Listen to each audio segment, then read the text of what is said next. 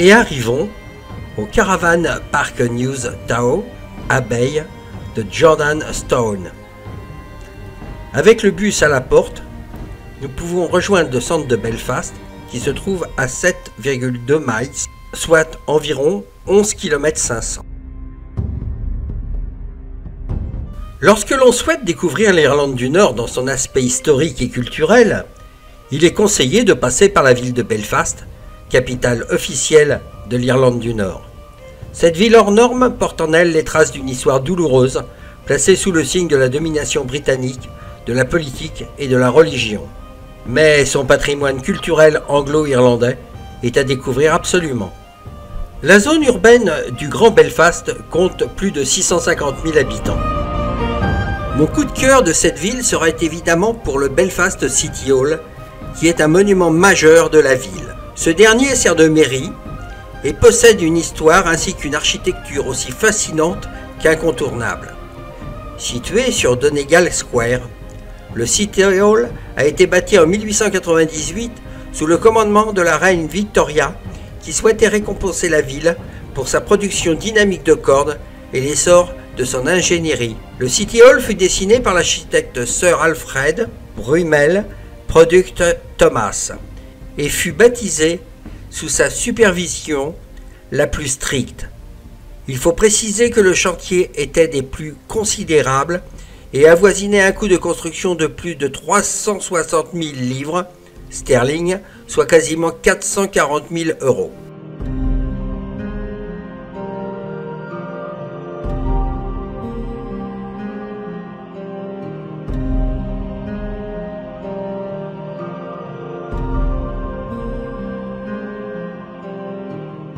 Le City Hall fut finalement achevé en 1906, date à laquelle les premiers fonctionnaires et autres administratifs prirent possession des bureaux de cette nouvelle mairie. Le City Hall est carrément impossible à manquer. Son architecture imposante et particulièrement chargée en fait un monument qui attire l'œil et la curiosité. D'un style victorien et néo-baroque, le City Hall s'étend sur plus d'1,5 hectare dans le centre-ville de Belfast.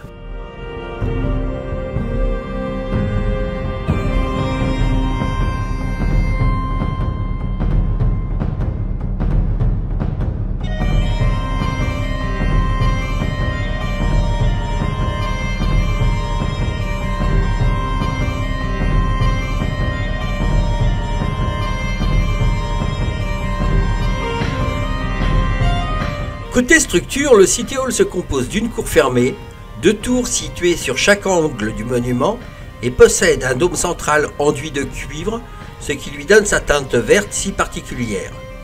Les murs sont quant à eux constitués de pierres de Portland. Quant au fronton principal, celui-ci aurait été sculpté par F.W. Pomeroy et possède toutes les caractéristiques néo-baroques de rigueur. Les sculptures sont d'une grande finesse, bien qu'on puisse lui reprocher d'être trop chargé.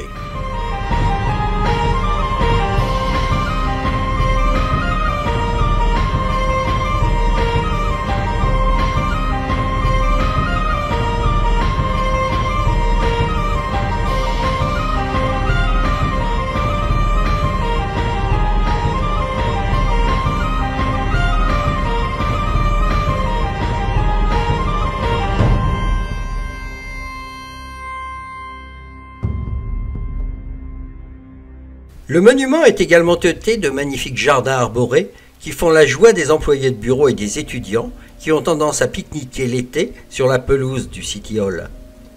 Plusieurs statues jalonnent le parc, dont une de la reine Victoria, ainsi qu'une statue représentant Anne, en hommage au naufrage du Titanic, un paquebot bâti dans Belfast même.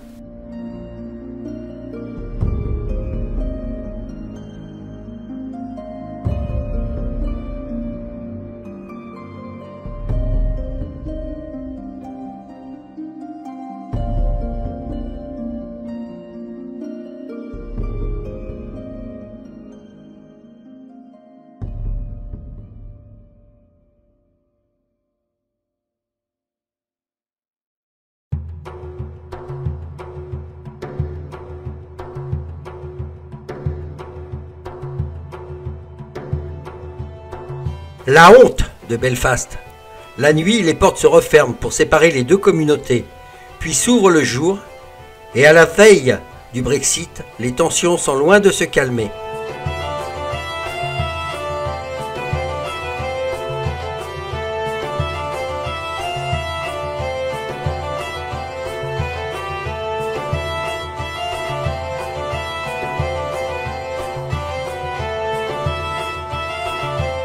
La première fresque murale apparaît en Irlande du Nord en 1908, plus précisément à Belfast, sur Bear Bridge. Elle y représente la victoire de Guillaume III d'Angleterre sur Jacques II au cours de la bataille de la Boyne. Guillaume III y apparaît sur un cheval blanc, l'air fier et victorieux.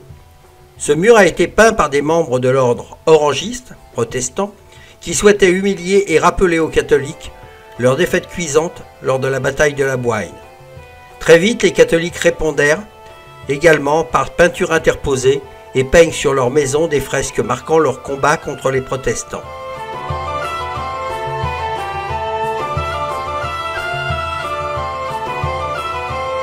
Même si certaines n'existent plus ou d'autres ont subi des dommages, on estime à environ 1400 fresques qui ont été réalisées depuis 1996, tout belligérants du conflit compris, entre les villes de Belfast et Derry.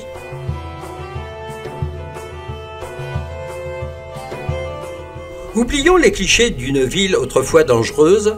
Belfast est de nos jours devenue une ville chaleureuse, dynamique, conviviale, où il fait bon vivre. Comme tout bon touriste qui se respecte, on n'a pas manqué le tout récent Titanic Belfast Experience, un musée entièrement dédié au bateau qui a malheureusement fait naufrage en 1912. Certes, grandiose, mais un peu piège à touristes tout de même.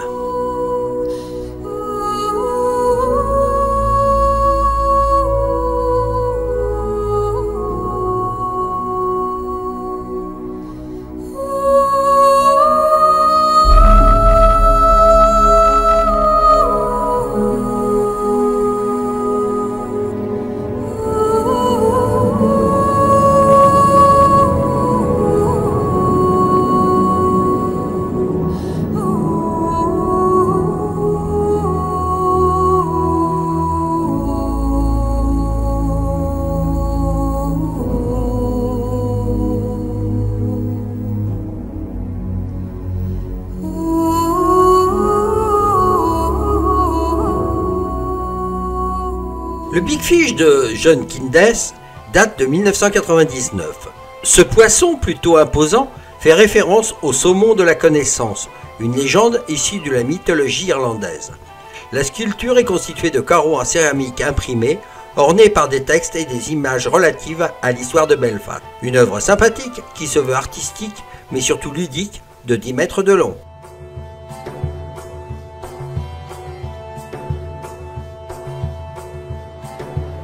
Il y a un marché sur le site de Saint-Georges depuis 1604. L'actuel marché, primé de Saint-Georges, construit entre 1890 et 1896, est l'une des plus anciennes attractions de Belfast. Le marché de Belfast réunit chaque semaine plus de 150 stands proposant des produits variés allant du poisson aux fruits en passant par de succulents fromages ou encore de la viande élevée dans les prairies nord-irlandaises. Quelques antiquaires en profitent également pour faire la présentation de quelques pièces rares. Un lieu parfait pour les amateurs de bonne cuisine et de mets délicats.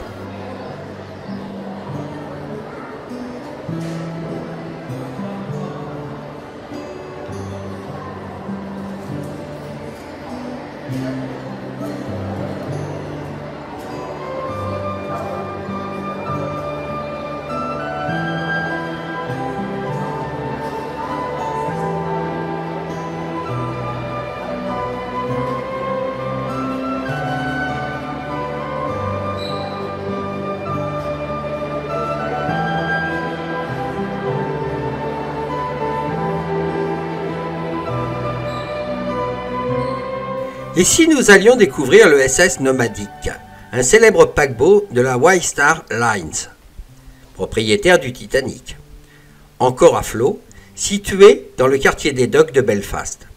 Surnommé le petit frère du Titanic, ce navire à vapeur a été construit en 1911 et est aujourd'hui reconverti en musée flottant On peut donc le visiter et admirer le luxe de l'époque.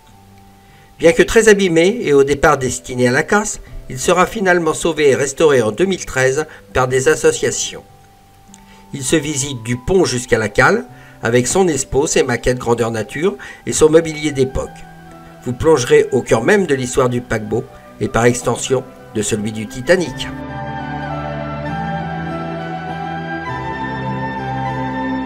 Il paraît que la cathédrale est très belle, mais lors de nos 3 jours à Belfast, elle était privatisée, donc impossible de la visiter.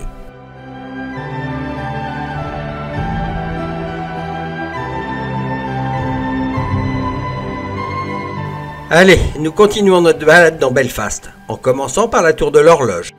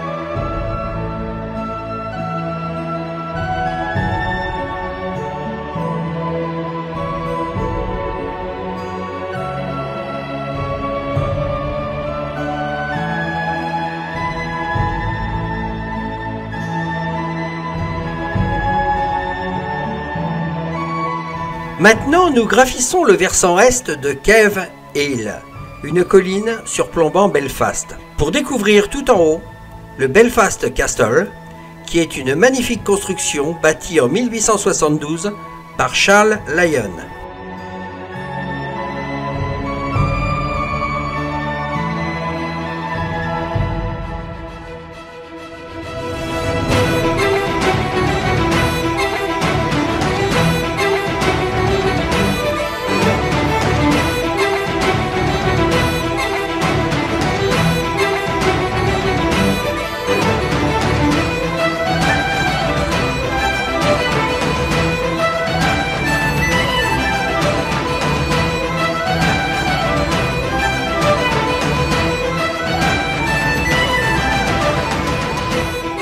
Remarquablement conservé, le château est très souvent pris d'assaut par les touristes. Et le coin est vraiment super pour une visite historique de Belfast. Sans parler du somptueux panorama donnant sur la ville et ses vallées. Le Belfast Castle actuel remplace un ancien château bâti par les Normands au cours du XIIe siècle. Entre-temps détruit, ce n'est qu'en 1872 qu'un nouveau château est élevé pour la 3e marquise de Donegal. Ce dernier est alors bâti dans un style typiquement écossais, très apprécié par la reine Victoria.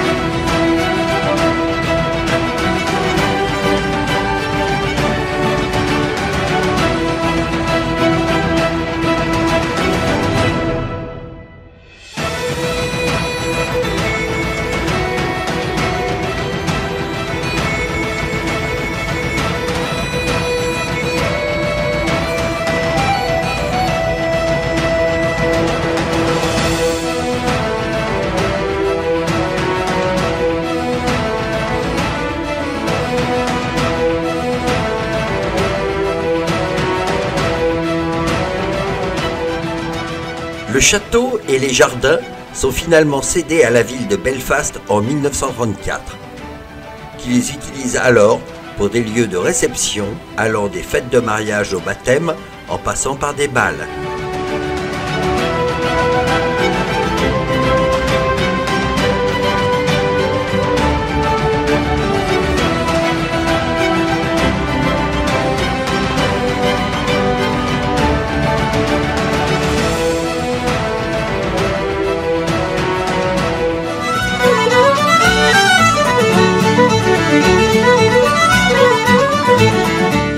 3 jours passés à Belfast, nous quittons donc le camping et allons contourner la ville.